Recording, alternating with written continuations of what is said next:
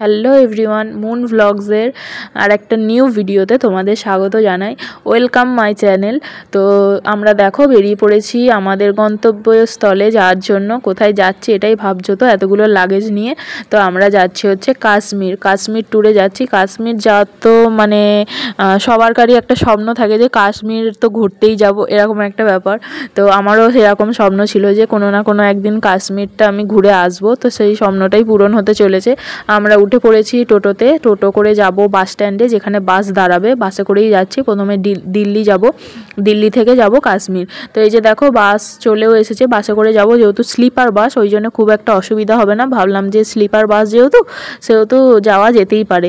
তো বাসে উঠে পড়েছি। এই যে দেখো তোমাদের সাথে শেয়ার করছি আমাদের যে সিটটা দিয়েছে।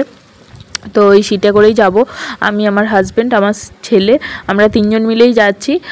তো দেখো সন্ধেও হয়ে গেছে, সন্ধে মতো হয়ে গেছে। ওই জন্য ভাবলাম কিছু খাওয়া যাক, খিদেও পেয়েছে।